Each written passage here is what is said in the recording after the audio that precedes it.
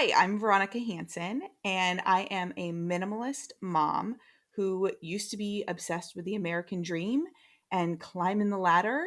And now we have turned it all around, and we are a full time international traveling nomad family.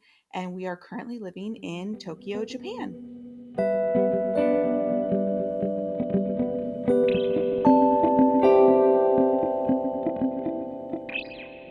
Veronica, I'm so excited. One, obviously, to learn more about your own ADHD journey. It's what really pushed me when I got this idea. I was like, 31 interviews. Of course, I can do that. That's not a problem.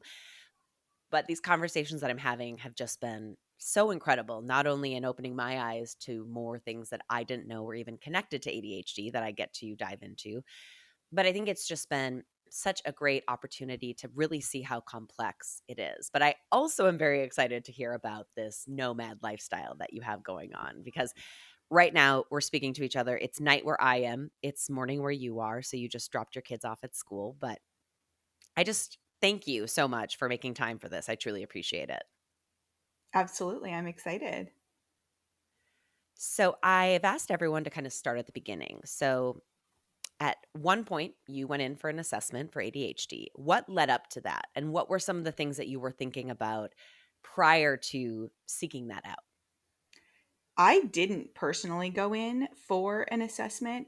What was going on was I was getting my daughter assessed, and she was probably around 5 or 6 years old at the time. And we were just doing it mostly because she was having issues in school. And the the doctor, the appointments were very regular for some reason. I don't know exactly the details, but the doctor kept saying, "Please read this book. Please read this book. Please read this book," repeatedly. And I was like, chaos mom. I had two kids that were young. I just could not read the book, whatever the book was. I was like, okay, yeah, I'll get right on that. Eventually, something happened where I was like, okay, I read the book. And honestly, I don't remember what the book was. But I read the book, and then I came back to my next appointment with that doctor for my daughter. And I said, "I'm sorry, did you ask me to read that book because you think I have ADHD?" Because the book clearly was not about my daughter. The book was about entrepreneurial women having ADHD. And it was about me, 100% about me. And she was like, yeah, I definitely asked you to read that book because you have ADHD. I had no idea, zero clue. I did not intend to go find out I had ADHD. So then I had to go find out that I had ADHD, which I indeed did. But it wasn't me that like decided to go find out or try to seek out that information. Somebody who was knowledgeable about ADHD basically shoved it in my face and was like, "You have this." I love the book story because I think we all have that being asked to do something over and over again. And yours is like the culmination is finding out like this, I joke, like this long lost secret. And I think the thing that's so interesting about women is we now know it presents so differently for us. So when you look back, knowing what you know now about ADHD, what stands out as maybe some things that were there that we just didn't know actually were connected back to ADHD? Yeah, the fact that I have always just been so impulsive to try things that other people were just like kind of side-eyed you and like, "What? Why would you try that?" And not that I like executed things well. I'm willing to try things, but then it's like I don't necessarily follow through on 100% of the things or even 50% of the things, but I'm willing to put myself out there in ways that other people are just not. But it's not that I can't, that traditional idea of like you can't like sit down and listen to a lecture, or you can't sit down and focus on something you want to focus on. It's not necessarily that. If I want to focus on something, I sure can, but I just change what I want to focus on, like more often than maybe the average person. And what was school like for you growing up? Because I think for a lot of women, we are people pleasers and we also know something's up. We don't know what it is. We're like, this just feels different. And so we end up being really good at school. 100%. So I excelled very well at school because I felt like at the time, I remember thinking it was because I was a very good test taker. I was not so much in the homework world, like any of the classes that were like very homework based, I didn't so much do well at that, but I was a good test taker. And so I felt like I I was very good at school until I wasn't, you know? Like up until a point I was a rock star. I rocked all my classes. And then at some point in college, it started to waver where it was like, this is getting hard enough that I need to try in ways that I don't know how to get there. But for a very long time, I would have considered myself, sharp and very intelligent and like on track to do very well all the way through, and then at some point it just got exponentially harder and I could not execute in the way I used to. And college is one of the times that we see with women, that transition period. And it becomes so much more about figuring out a schedule and sticking to it. And we don't have a structure set for us. When you look back at college, are you able to kind of see where the difficulty started to come up? I mean, I would say I just had shiny object syndrome. It's like you go on your own and you're just I'm very social.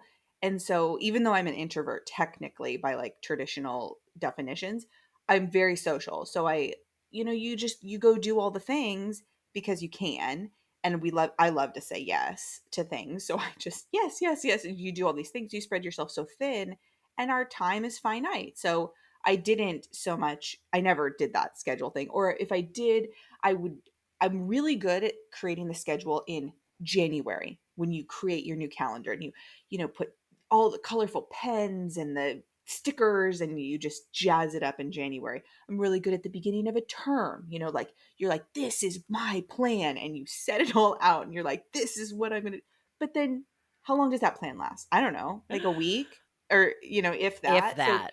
I Yeah. love to make the plan, but I don't Yes. love to do the plan. I'm laughing because I also love all of those things, the newness, I geek out the first day of class when you get to go through and you're like, "Okay, we have a test on this day, and the paper is due this day, so I'm gonna have it done the week Yeah, before," which, of course, is not actually what's never, going to happen. No. never. So, adulthood, college, post-college, becoming a mom, are there moments that stand out that because you went in for your daughter and your physician was like, actually, I wanna switch this up for a second. And for you, that was very eye-opening. But now knowing what you know, are you able to look back and see kind of areas that were, I don't wanna say necessarily concerning, but, you can look back and go, "Ah, there it was."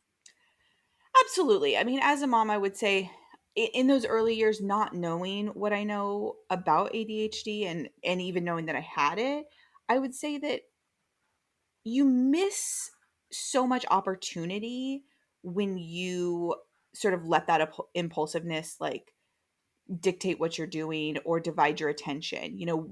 I used to consider myself a very good multitasker, for example. And it turns out I'm shit at multitasking. But I thought I was so good at multitasking. So I would be, half working, half cooking dinner, half trying to pay attention to my kid playing in the other room. And you can't, and I feel like because I didn't know that I needed to focus on the thing in front of me, I do feel like I missed parts of their growing up. And I didn't just get on the floor and play with them and focus on them and not have my phone in my hand. And I miss things. And so that is, sad in many ways because I didn't know that what my behavior was sort of doing was taking away from their experience of me as a mom and my own experience as me as a mom.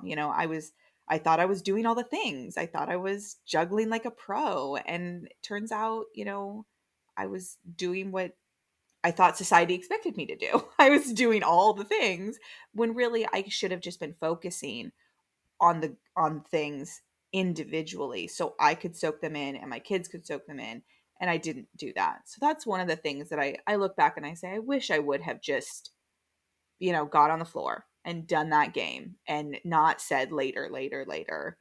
And I can never take that back now. We'll get to that, the parenting side of things. I want to talk about kind of the changes that you and your family have made in your lives, but I want to say that you are not alone in feeling like you've missed out on things. I kind of look back and there are moments where I'm like, was I there? And I also think it's probably a part of my brain was so busy in the moment. There was so much happening and you just lose things. They like kind of get pushed down in boxes. And in 10 years, I'll like have this moment of like, oh my gosh, yes, that did happen. But I don't think you're alone. In fact, in our house, we have a rule if we're even going to watch something that the expectation is I have to actually watch it, like a movie we Mm. pick out or something. My phone gets taken away because it's just this bright, shiny object. It's not even that, like, my boyfriend will be like, "Are you bored? Do you not like this?" I'm like, "No, it is just habit at this point that you pick it up and then you are in this rabbit hole." And like, then I'm on the Facebook page of like someone I went to middle school with, like looking up stuff about I don't know what. But you know that feeling where you're like, A "How did I hundred get percent. here?" Yeah. Yeah. Did anything change in your life after you were diagnosed? Did you change routines or add anything in or remove stuff? Like, you get this diagnosis and you now are like, "Okay, what?" I would say that I just became more intentional, and my husband, I think the people around us can support us differently when they know that how we're behaving isn't like us being rude or us like trying to, intentionally ignore or whatever. So I would say that, I probably tried to change things in the beginning, but I mean, it took a long time to really just say, listen, I'm going to focus on this one thing for an extended period of time. I'm not going to kind of whatever shotgun effect figure out what's going on with my life. I'm going to be much more laser focused and, charge down paths and stay on the path to see how it can shake out with enough of my time and attention for longer periods of time. And then I think, yeah, my husband was very much like, now he understands. So there was less arguments. There was just more support of like, yeah, I think that's a good idea. Let's go with that. And then continuously being like, what about that idea? What about that idea? Let's go back to that. Let's focus on that for a while and sticking with that. So I feel like, having those people around you be aware of how, kind of how you are, because I don't know. I mean, I never took medication. My daughter did for a while, but I never did. I sort of had it there, but I was just like, I just I don't know. I felt like I don't want to kind of be a zombie for periods of time. And I know how it's so tricky to get the right dosage and all this stuff. So I was just like, how can I manage this without going that extreme? So, I mean, my natural instincts are still there. So I try to do the best I can. But I would say, I don't think that there was any such like extreme where I was like, this way once I knew and like or like this way before and then switched or something afterwards. I would say it's just sort of you learn to cope and you just kind of roll with it in a different way. Well, and what I love about all of these conversations that we're having is we're hearing so many people talk about different ways that they manage their ADHD symptoms. And what I love about it is that it's really, I think, confirming for people that you have to find what works for you. You and I are not going to benefit from the same treatment plan. And I say treatment plan, and I say that, and that does not mean medication has to be involved. Because you hear from a lot of people that medication doesn't work for them, or it doesn't make them feel good, or the negatives, outweigh the benefits. And so I think it is so crucial for people to kind of take into account. And I like that you said that, like, it is work to find the right balance. And I think sometimes, like, honestly, knock on wood, I feel so lucky that I very quickly found a plan that worked for me. And that's off after, 15 years of trying antidepressants thinking I was just anxious Right. and depressed and Right. having none of that work. So it's just a great reminder that while ADHD is incredibly complex, so is the like just unreal amount of opportunity in treating it, if that makes sense. Yeah. Yeah. Because I mean, some people have lives where medication does make sense because they're on a schedule. I mean, I kind of have a schedule with my kids' school and stuff, but I haven't been a traditional employee for 14 years, Oh so my I've worked for goodness. myself for all that time. So, I mean, I do have a lot more flexibility to just kind of roll with things versus somebody that might need that consistent kind of schedule. So I don't know. I felt like I do have that freedom to be a lot more flexible and just kind of see what happens and let my brain kind of do what it does. Well, that's really interesting because I want to ask you about some things that you've learned that fall into maybe the negative category, but I want to touch on what you just mentioned, having worked for yourself for that many years, because you are then so well versed in creating your own structure and knowing what you need to get done. And I think for a lot of people with ADHD, that's the struggle. Like that for me is the struggle. I am really great when other people create routines for me and there's accountability. It's figuring out how to do it for myself. So when you look back at like your role as an entrepreneur and outside of this, traditional employee schedule, how do you see that those skills, you know, how did you see yourself building those skills? I would say I've always been super motivated to do things that I want to do. So when I know that this is the thing that's going to get me from where I am to where I want to be, I can execute like a badass. I'm just like, yeah, just do it. So then when I'm talking to other people who won't just do the thing, whatever the thing is that's stopping them from changing whatever they want to change. I'm like, you guys, all you have to do to go from here to there is do this thing. Pick up the phone, make the sales call, send the email, go communicate with the person in that office over the do that thing. And other people don't want to do the thing, but my impulsiveness have always caused me to go do the thing because then I don't have to spend time worrying about it, thinking about it, overly preparing for it, all the things that people do that prevent them from doing the thing. So I would say in my business, I've always been ultra successful because the scary thing that other people don't want to do, I'll just do it. And I'll do it quickly and I won't like hash it out and drag it out for ages. I'll just do the thing. And so I would feel like that would be kind of my superpower is I do that scary thing. It's like I don't know, I just always have moved in that direction. So when other people are worried about reorganizing their office and creating the schedule, I did that 6 months ago, but today I'm just going to do the thing that's going to make me money and going to change what I want to change in my business.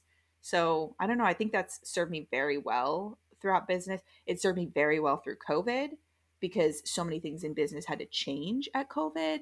And I was willing to change all of those things very quickly, unlike other people who dug their heels in and said, I'm going to keep doing things the way I've always done them. I was like, no, we're going to change these 900 million things and we're going to change them right now and we're going to see how they work. Because I'd rather execute and see how things work than sit around and ponder like how is that going to work. I'm just going to do it and see how it works, and if it doesn't, we back off. But if it does, then you like shortcutted all the things to your business because you just did it instead of talking about it. I'm curious, are you afraid of hearing the word no in business? I honestly am not. I am I not. it comes across. I have to say, like you, and again, I have no expertise, but just speaking to you, you have like obviously the hyperactivity, the like impulsiveness, that go-getter attitude. But the stuff that holds me back is all of the inattentive stuff. It's the fear of what is going to happen. And I'm you're picking up the phone and making the call and you're like, they might say no. And like, That would be too bad. In my mind, I'm like, okay, they might say no, and then what would I do? And how would I do this? And then what if they Mm, say yes? And what I don't, I am plotting out every single scenario till I'm blue yeah. in the face. Yeah. Well, and it's interesting because I coach a lot of people who are afraid to move forward in their businesses, and they're afraid to hear no, and they, paralyze themselves with all that indecision stuff. And honestly, when I look back at the beginning of my business, granted it was a long time ago now, 16, 17 years ago, something like that. And I I don't even remember the no's. Obviously, I have gotten tons of no's, but they're like, "Well, I'm sure you've been scared of stuff." And I look back and I'm like, I don't even remember. Those interactions meant so little to me when I got a no or things went wrong that they are gone from my brain. Like I don't it doesn't affect me at all. I'm sure I had some feelings at the time. You always probably had some, like, I don't know, I probably felt something at the time, but I don't know if that's probably the ADHD where it's just like that did not even happen. It's not even in my brain. I really would have to focus to try to even think of a story where I got a no or something went wrong and I regretted it. I don't even know if I regretted it. I probably don't. I just do the thing and move on to the next thing. The disconnect, that is a gift. I gotta say, as somebody who can think back very, very far about things that, you know, like embarrassing moments from elementary school that still give me horrible feelings. Like, that is a gift that you have, that Oh, you are so disconnected from that. Because I do think that that is a huge struggle for a lot of people who are neurodivergent, who we are telling ourselves so many stories in our head that nobody else is hearing, and they're not true. yes, the stories in our head are very well, and so many of the things, because I'm not an ADHD expert, so many of those things I don't know the difference between how I think of things and how a, quote unquote normal person might think of things. But the stories that I think you tell in your head as a westernized person and as an American, I think are just so different than even globally. I think we tell ourselves certain stories as those identities in addition to the stories we might be, harping on in our heads as ADHDers. So I don't know. I don't know where that line is of like how much we think about it versus how much somebody else might think about it, in terms of the stories we're telling. Well, and it's interesting, I think, with the differences in cultures across the world. I have a dear friend who lives in Germany, and when he came to the United States, and we were just having this conversation about the differences, because that's what you do. He said, Americans live to work and Germans work to live. And it does, in my head, make sense when you talk about maybe it is just what we're doing in the United States. Not to say that anxiety and depression are just isolated to the United States by any means of the imagination, but there's a lot of pressure that comes from the quote unquote like American dream that we were all told that we needed to go after. Before we jump into you and where your family is at now and kind of the decisions that got you there, which are very probably have some impulsivity to them, I would imagine. When you look at your ADHD, are there any things that stand out that you're like, yeah, that's a negative side for me. That's something that I don't necessarily really love. Yeah, I would say just the inability to follow through because I want to be doing so many things. I mean, my husband, I really do try in a lot of ways to keep things organized, right? Because you know a lot of manage quote unquote managing ADHD really does come down to organization and lists and how you kind of know how you react throughout a day or whatever. So I do just keep, on my notepad, might not be the best way to do it, but just on my phone, the notepad section, I keep lists where the headers are, all sorts of different things. I don't know, I probably have hundreds of notes now, so I probably should go through and clean them up. But I have, for example, like an income sources note where there's like 15 income sources I'm like working on kind of simultaneously to build up. with the idea being if all 15 income sources, if I can get all of them to 5 figures per month, then I'm doing real freaking good. So I constantly am going back to that list and saying, okay, well, what can I work on that's the lowest hanging fruit? What's the thing that's easiest today? Out of these things that I want to be working on, what has the path of least resistance? And I constantly go back to that and try to see, but that might not be the best path, like to do the easiest thing. So I would say that the fact that I'm constantly divided because I want to be, and so then the execution is maybe not ideal. If you were like a perfectly arranged person, you might have a more efficient way of getting to where I want to be. But at the same time, if I was a normal person, I wouldn't want to be there. I wouldn't have all those ideas. I wouldn't have created this vision for things. So it's kind of, it's a negative, but also it's It's who you why I are. have it. Yeah. Yeah. And I have to imagine, and I have felt this way, your the way you function and the way your brain functions and like constantly having ideas and constantly being working on them a little here, a little there. I bet the traditional workplace was pretty awful in that sense, wasn't it? Yeah. Yeah. 100%. I've really struggled with it as well. And I don't think I knew why until after my diagnosis. And then it was like, oh, yeah. It's a little bit like I want to do what I want to do, and a little bit of I don't love authority, but also I know I'm capable of building really awesome things by myself. So I'm curious, like, when was it that you threw in the towel, and what was that push like? So there was two different times that it basically happened. Once before I had kids. Well, I guess both before I had kids, but slightly different situations. So the first sort of corporate-ish job that I had, I I had already been an entrepreneur for several years. And so what my employer didn't understand is that I was making equal amounts from my day job as I was from my own thing. And so, when you have something to fall back on, you're just much less motivated to deal with bullshit. So, for example, I won a free trip to New York City, and I had never been in New York City. I was 22 years old. And so I tell my employer, I'm at this corporate job, I have accrued time off. So I tell him, okay, I'm going to take these 3 days off. It's like the trip is like 3 days plus a weekend. So I'm like, I'm going to take these 3 days off in whatever it is, 2 months. And he's like, that's a bad time for the company. And I was like, tough shit. I have this time off. I'm gonna take the time off on these dates. And he was like hemming and hawing, didn't say anything, whatever. Time goes on and I continue to do my job.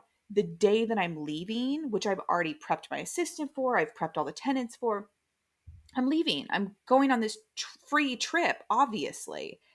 He pulls up in his fancy car and says, if you go on this trip, I'm going to have to fire you. And I'm like, bye. Like, what? Of course. I'm like, literally not, I'm 22. I'm not giving up a free trip. Good luck with that. So I left, and that was like sort of my first thing. And I kind of did it on my own for a while. And I was like, cool, I'm good. I'm like an entrepreneur. But it's not like I was making a ton of money. I was just like doing fine for my age. And then so eventually I did go back and get a quote unquote real job because we wanted to buy a house. Eventually we wanted to buy a house. And I don't do good on paper as an entrepreneur. So we go in and I go and get a job so that I can buy a house, and I work at that job for a while, and same exact situation ends up presenting itself less than a year later, where I'm part of the Backstreet Boy fan club, and I love that. How are we I just getting to that 30 minutes in? I win backstage passes to go see to go meet the Backstreet Boys in Calgary, right? So I'm living in Portland, Oregon, but in Calgary, Canada, I win the passes because I put myself in for all of them because I was like, I'll go anywhere. If I win the passes, I'll go anywhere. So I won them for Calgary. And I put in my vacation request time for to go to that concert, however much in advance, I don't even know. But the employer says, "Well, you're out of vacation time." And I was like, that's fine. You don't have to pay me, but here's the dates that I'm going. Because I remember I'm still an entrepreneur. So at that point, I think I was making probably at least double my salary in my side thing, but I needed the But income you on needed it on paper. paper because of the house. Yep, I dealt Yeah. with the So exact same thing. so I tell her, yeah, it's not a problem. But I'm going on these dates because I don't change the dates. Like this is the date of the concert. I'm going to meet the Backstreet Boys. Like just don't step on my flow. But they're like, you're out of vacation time. That's really not how this works. And I was like, I don't know what to tell you. I am going on these dates. And so they said, we have to let you go. So it ended up working out perfect because the date that I was leaving for the concert, I found out I was pregnant that morning. And so I was like, great. So now I don't have to work while I'm pregnant or whatever. And then I never went back. So, two different times I got fired for honestly almost the exact same scenario of like, I'm going on this trip. Like, leave me alone. Why are you bothering me? I'm telling you in advance the dates. I am not what you can like depend on for your entire business. You have to figure that out. You're the business owner. I figure it out when I can't do stuff. You got to figure it out when you can't. So I got fired basically both times for going on too many vacations. But what I said, that quote my friend in Germany said, it really rings true there because there's so many of us who do not know how to leave our work at work. Right. I don't. There's a very gray area. But again, my job is kind of like it has to get done and it's going to happen when it happens. And I have to be better about setting those boundaries. You were like, I'm good. That's not what I want. And I bet that was such a foreign thing to them. Yeah, I they were definitely not expecting it. They were definitely expecting me to just stay at the office, but I mean, once in a lifetime experiences are inherently once in a lifetime. Like who gives up a free vacation or a once in a lifetime chance to meet the Backstreet Boys or the Calgary Stampede? Nobody that I would want to like really be besties with would do that. They would Well, do the thing. right. And the frustrating thing is like you did what you were supposed to do to give them time to prepare for you to be off. And so it's like, okay, so you want me to follow a system, but then when I follow the system, it's not guaranteed that it's going to work. Got it. Yeah. Yeah. 100%. So when did the decision come up or the conversation start about leaving the United States? And where have you been? Yeah. It's so ADHD realm, really, honestly. So I had always sort of had this in the back of my mind. Well, not always, maybe for the last 7 years or something. Since our kids were little, I've sort of thought, God, wouldn't it be fun to live in Europe? So we had taken our kids on some vacations. We had gone to, Italy and Switzerland and France, and I won't name them all, but we've been around Europe and we love it. We love it. We were like, this would be so great. Everywhere we go, we're like, we could totally live here. And so it's always kind of been a bug in my ear of like, that would be so cool. But unfortunately, the EU to move there has very high standards. You have to have a boatload of money, or you have to get sponsored for a work visa that neither my husband or I have the capabilities to get sponsored for. We are not some sort of executive with multiple languages or whatever. So it just seemed like a pipe dream in terms of those traditional avenues. Um, so it's been on my mind, but I didn't have a path. And so what happened ultimately to make us realize that that was not the only way, make me realize that that was not the only way, was that 2 years ago, this month in September, 2 years ago, in Oregon, there was wildfires. And they were super bad to the point where like we were not wearing masks because of COVID necessarily. We were very masked because of the air quality because of the smoke was so bad. And I know people that live in areas of wildfire totally know what I'm talking about. It's now like an annual thing. So I said to myself, why are we sitting here hunkering down in our house when we have money? Like, we have the freedom to leave. Like, what is tying us to stay in our house in the suburbs? So I looked online. I found cheap tickets the next morning to Tucson, Arizona. Never been to Tucson, but I found a great resort. Everything looked fine. So we booked tickets like 12 hours in advance, like at nighttime for leaving in the morning. So we hop on this plane and go to this resort. and my husband's working remotely because of COVID. I had pivoted to work fully remotely because of COVID. And sitting in that resort in Arizona, we didn't know how long we were going to be there. You know, we made some, like, I don't know how long our reservation was, but we ended up extending it multiple times while we were there. And at some point while we were sitting in the resort, the country of Barbados introduced a welcome visa where they were like, you don't need to have a job here. You don't need to be super rich. If you know how to work remotely, we want to welcome you to Barbados. So I started looking into Barbados and I was like, I've never been there. Let's see what it's about. And because I clicked on that, YouTube was like, you must be interested in Caribbean countries. Let me show you this video. So it showed me a video from a school in the Dominican Republic where they're like barefoot on the beach, super crunchy, and like, we don't care about standing in line. We just want to teach your kids to love learning. And I was like, we're moving there. So that YouTube video, it's like 2.5 minutes. I literally like got fed it from the YouTube algorithm. I pointed it out while sitting in this resort. This is September, and by November, we lived in the Dominican Republic. So we just packed up, basically, had a few parties with different groups of friends and family to say goodbye, and we left in November. And at the time, I just want to say it was COVID, only 17 countries were allowing Americans in the country because there was a period of time where every country had blocked Americans, and Yeah. Dominican Republic was one of the countries that was allowing us in. So it's like the stars just aligned to show me this random video, to a country that was allowing Americans in, to a school that totally suited our like style, and we just moved there. We literally just moved to this random city. It's not a tourist city in Dominican Republic. It's a very small community. We just moved there. We stayed there for a year. It's really interesting because the same energy that you had when I was asking you if you're afraid of hearing the word no is the same energy you have with this. And I bet it comes in handy because I'm sure there are so many people who can't understand your lifestyle, who see Right. it and are like, that is, I could never, that's so irresponsible. But at the end of the day, it's your life and you're doing what makes you happy. And I imagine that you're just like, meh, I'm good. Yeah. 100%. So many people, before we left, even now doing this for 2 years, people want to throw roadblocks that do not exist. Well, what about this? What about that? What about this thing? That's not a problem. All the things that you're saying, those are not a problem. I don't understand why you have decided that it's impossible when I'm literally doing it. I've been doing it for 2 years. Like they have created in their mind their own obstacles, which is super super common. And yeah, they're the obstacles that they name are either totally possible to overcome or non-existent. Honestly, most of the time they're just non-existent. And so I don't know, I don't worry about that. Now I'm just like, I love to say yes.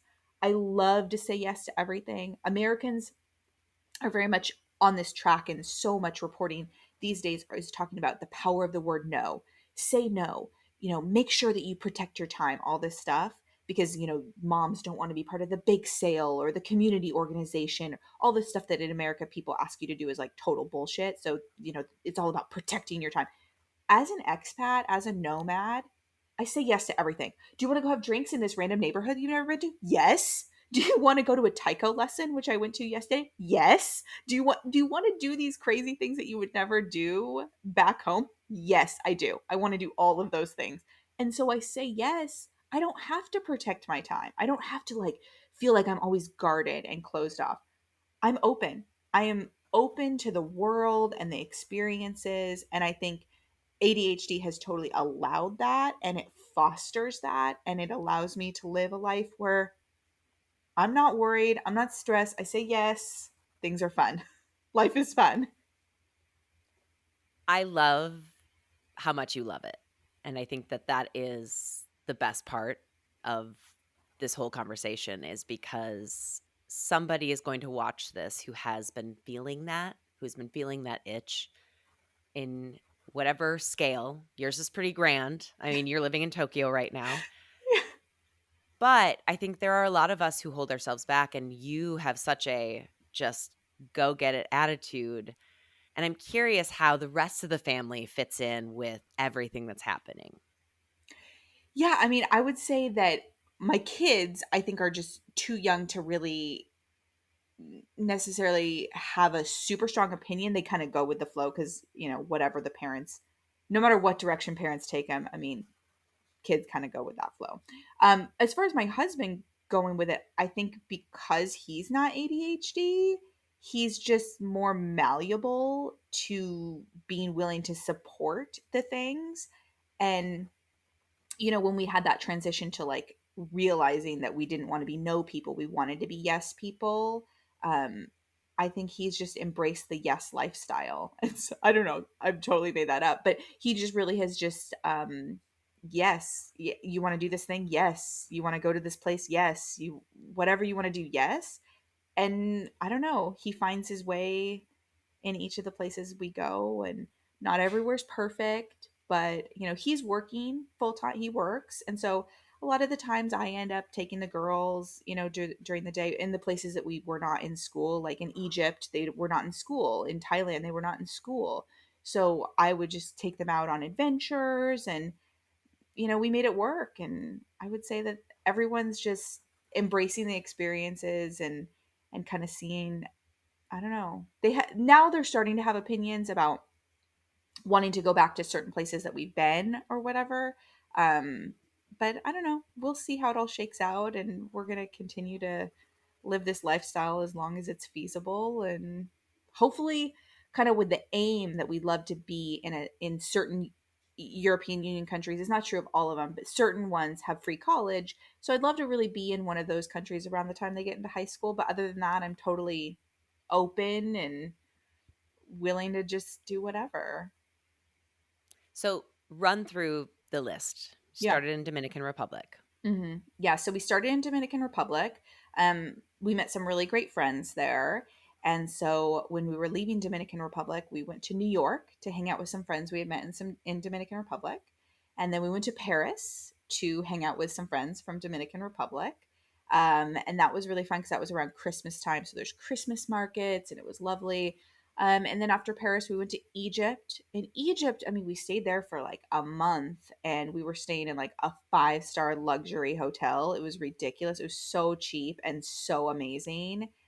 Sometimes I don't understand exactly how we get these cheap accommodations, but if you continuously search, I mean, I think we were paying like 40 something dollars a night. So when people think, oh, she's like super fancy and that's why she's able to live that lifestyle, I just want to dispel that. Like, we're paying less than a lot of people pay in major metropolitan cities around the country, in rent to stay in luxury properties where they've got turn down service and free dinner and free breakfast. And it's not as expensive as you might think. Um, It so just we're in takes Egypt. planning.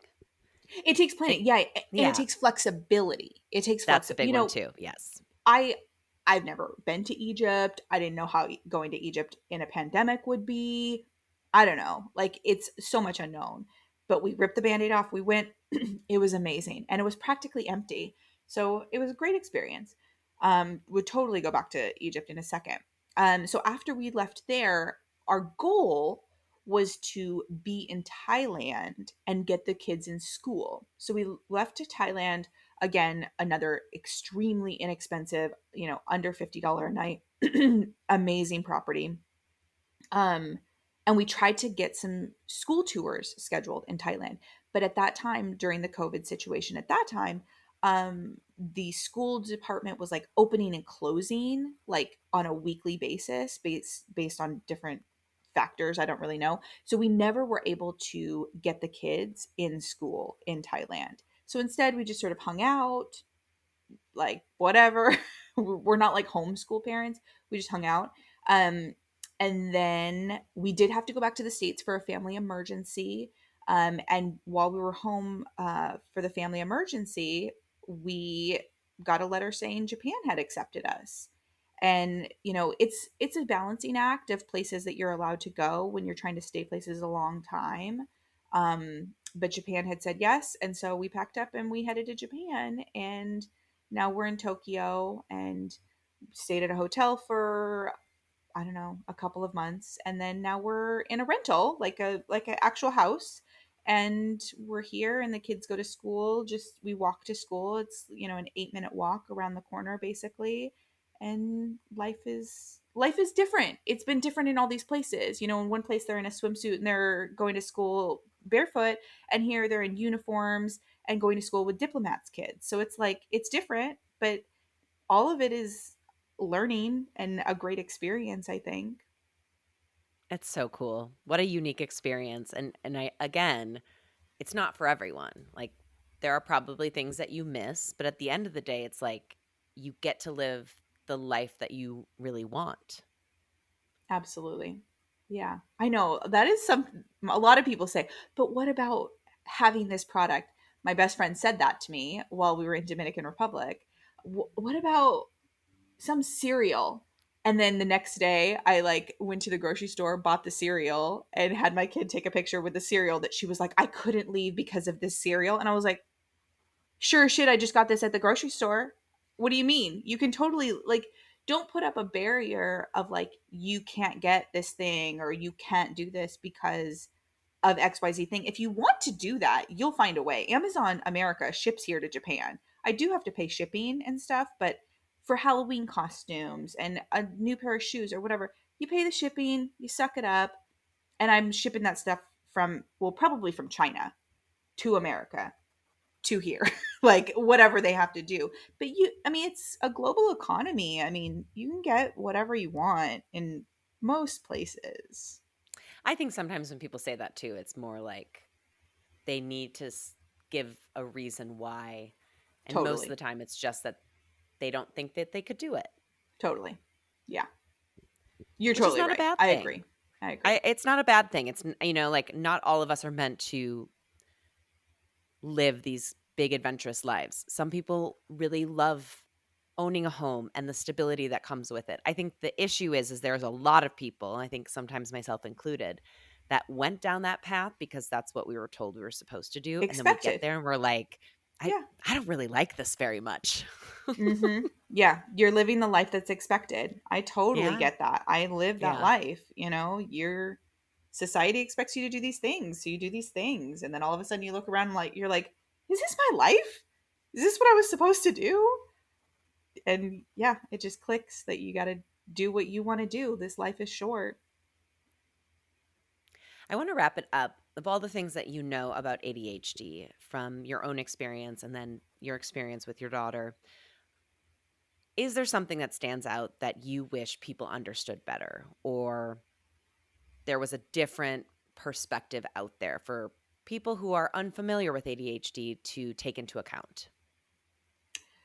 Yeah, I mean, I when I learned about my daughter's diagnosis, I basically flipped the script from all of those negative stereotypes that outsiders, I don't know, some of the things, I don't want to generalize, but a lot of the things that you would think of as those negatives about ADHD, we flipped it and we just call it our superpower, so, and I know that that's within the ADHD community a very common way to sort of uh, phrase it or put the lens on it, is that it is a superpower and you have ways of thinking that are so different from other people, and other people don't understand it, and that's okay.